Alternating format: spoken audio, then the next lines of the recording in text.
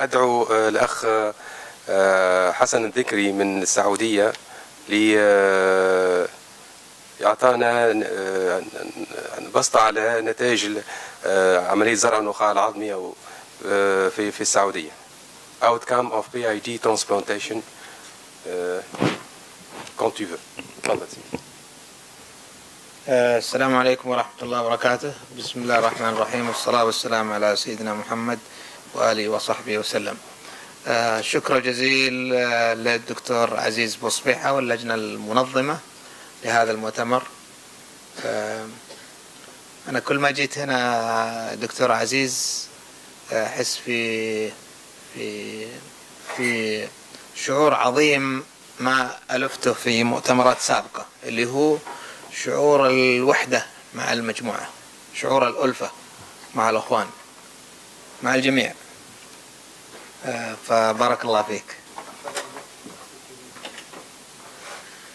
I will talk in English, so I know it is difficult, especially after this delicious lunch. And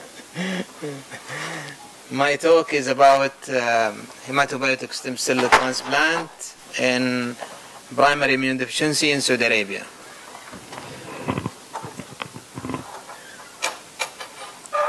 All of you know this picture. This is the holy city, Medina al-Munawwara. I am originally from Medina. My family in Medina, but I am working in Riyadh in King Faisal Specialist Hospital. This is it's almost the only center in the kingdom which is doing the transplant for the primary immune deficiencies. There is coming center to do the transplant, but it's still early in the stage. I will share with you a study which I am reviewing about our outcome, which is since the start of the transplant in King Faisal. It is almost over 23 years. So it is a retrospective study. We identified all the pediatric patients, which is age from birth until 14 years of age, who underwent stem cell transplant with indications of a primary immune deficiency. And this is done, as I mentioned, in our center in King Faisal in Riyadh. It is between 93 to June 2015. It is over 23 years. The data, which is including the patient as well as the donor, as well as the type of the transplant, the regimen, all is included. And then I will share with you the outcome of the transplant, including the recovery of the bone marrow, which is the ANC and the platelet, in addition to the STR, as well as the survival of the patients. The follow-up was until almost March 2016, which is early this year. So we have a total of 468 patients. They underwent of 501 transplant, which is one of the huge number all over the world, and I think the biggest number, I think it's about 650 or 700, I think, in Europe. These patients who had 501 transplant, 7% they required second transplant or third transplant or the fourth because of the failure. So we have almost 33 patients they underwent for the second transplant. What we found that the male is more than the female, although it is not significant, but it is more than the female. It is 54 compared to 45. The median age at the transplant was 8.5, which is ranging between 16 days to almost 15 years. The median follow-up was 78 plus minus 5, which is almost 6 years and a half, or almost 7 years. The SCID was the major indication for the transplant. This is contributing about 55 of our study. The total number of the SCID was 257, and the majority of them, they are T negative, B negative, and NK positive, which is, as mentioned earlier in yesterday or the day before.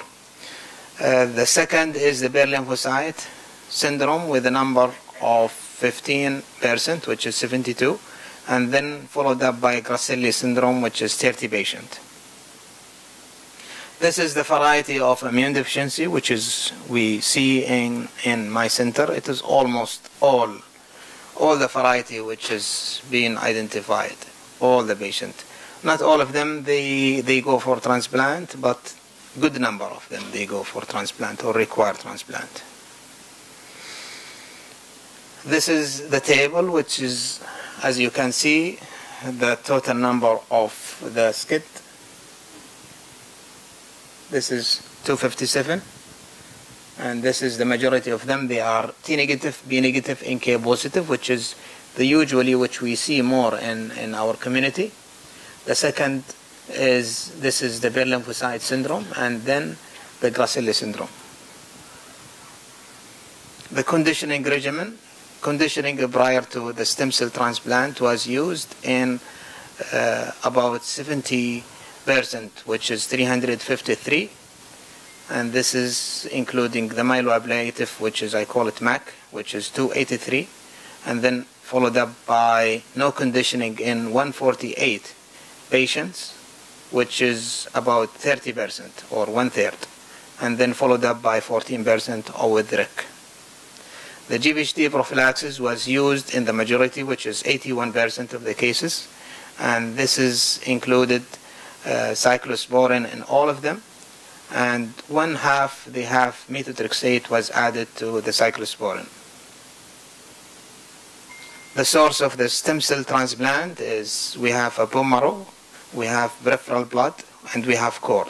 So the majority was bone marrow, which is 385 patients out of the 468, and followed up by the cord, which is 105, and then peripheral was 11. The donor type, as our community with high consanguinity because of the marriage between the cousins, we have the match related, this is contributing the majority, which is about 335, and then, or 67, it's about 67. And the cord we have 20.6. The mismatch related, it is 38, which is 7.6, and the haplo only 4%, and the related cord only 2 patients, which is contributed 0.5.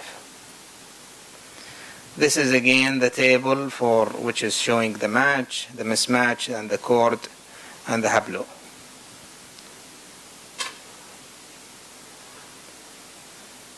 This table is showing the ANC recovery and the platelet recovery. This is, I put it in a table in corresponding to the HLA type and according to the SCID and non-SCID and the conditioning regimen. The median TNC was found to be 0.3, 10 to the power 9 per kilo, with the CD34 dose was 6.6, 10 to the power 6 per kilo, with a mean of 8.3. The overall post-transplant ANC and the platelet recovery rate was about in a 2/3, which is 66.9, and 55 for the platelet. The median time to ANC was about 14 days, whereas for the platelet was 31 days. It is found to be more of time for the platelet recovery after the cord blood transplant with a significant p-value. This is a table, is a busy table. It is showing the chimerisms, which is the STR for the patient according again to the HLA type, according to the primary disease, if it is a SCID or non-SCID, and according to the conditioning type. And I put it in a summary for you.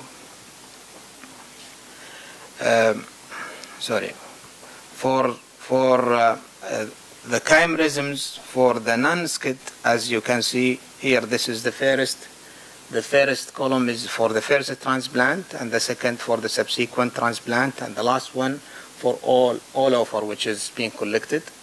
And what is found for the SCID, it is 42, and This is for the mixed chimerisms. What I mean by mixed chimerisms, when the chimerism between 10% to 100%. If it is a full or 100%, then I call it full. If it is less than 10%, which is very low mixed chimerism, which is associated usually with the recurrence of the disease and bad, not a mortality, it is more of morbidity if it is less than 10%. For non-skid, it is 60% for the below 10%, and for the mixed chimerism, it's 23%, and the majority of them, it is 60%. So we have 60 compared to only 17% for skid, and we have for the mixed, it is 23% compared to 18 with the skid, and this is a significant p-value. We looked for the accumulative incidence of the acute GVHD as well as the chronic GVHD for both the skid and non-skid. And when we put it, what we found that for the match-related, it is less compared to the other. The match-related we have, it is only 8% for the grade 3 and 4 compared to 15 and 16% for the other, which is mismatch and the cord blood. For the primary disease, if we compare the skid and non-skid, we found that it is 11% for non-skid, and it is almost 9% for the skid. For the chronic GVHD, it was observed in about 12.9 of the 402, which is evaluated for that.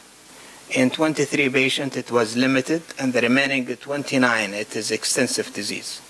The incidence was more common in the skid, which is about 50%, and as compared to those with non-skid.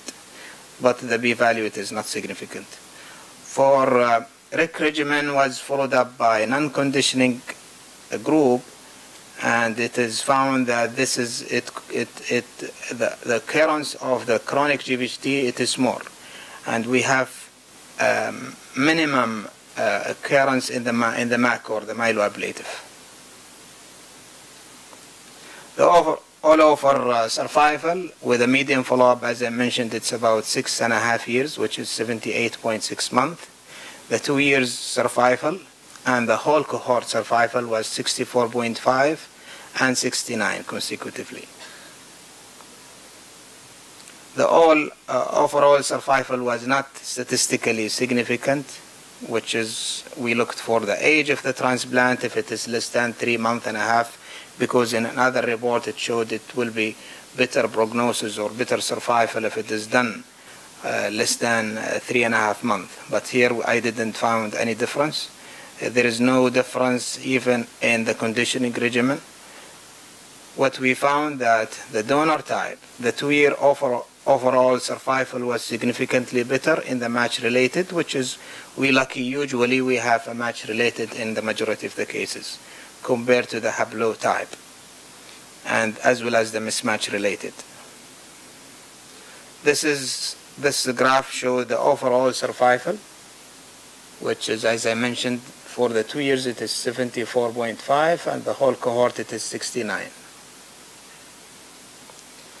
And again, this is according to the type of the donor, and the best is for the match-related. This is the study which, as I mentioned, if it is done less than 3.5, and this is why the newborn screening sometimes it is effective if we detect the patient and to do the transplant early. Finally, I want to thank the section of allergy immunology as well as the hematology, and this is including all our staff, including Dr. Al-Ghanim, Dr. Al-Saud, Dr. Hamoud Al-Musa, and Rand Arnaout, Saleh Al-Muhsin, as well as Sahar Al-Shorbaji and me, in addition to the sections of from the hematology oncology, including Amal Sraihi, Muhabi Yas, and Abdullah Jifri. This is the cord blood where it is stored, and I think we are using the 90% of the cord is coming up from our people in Saudi Arabia. And thank you.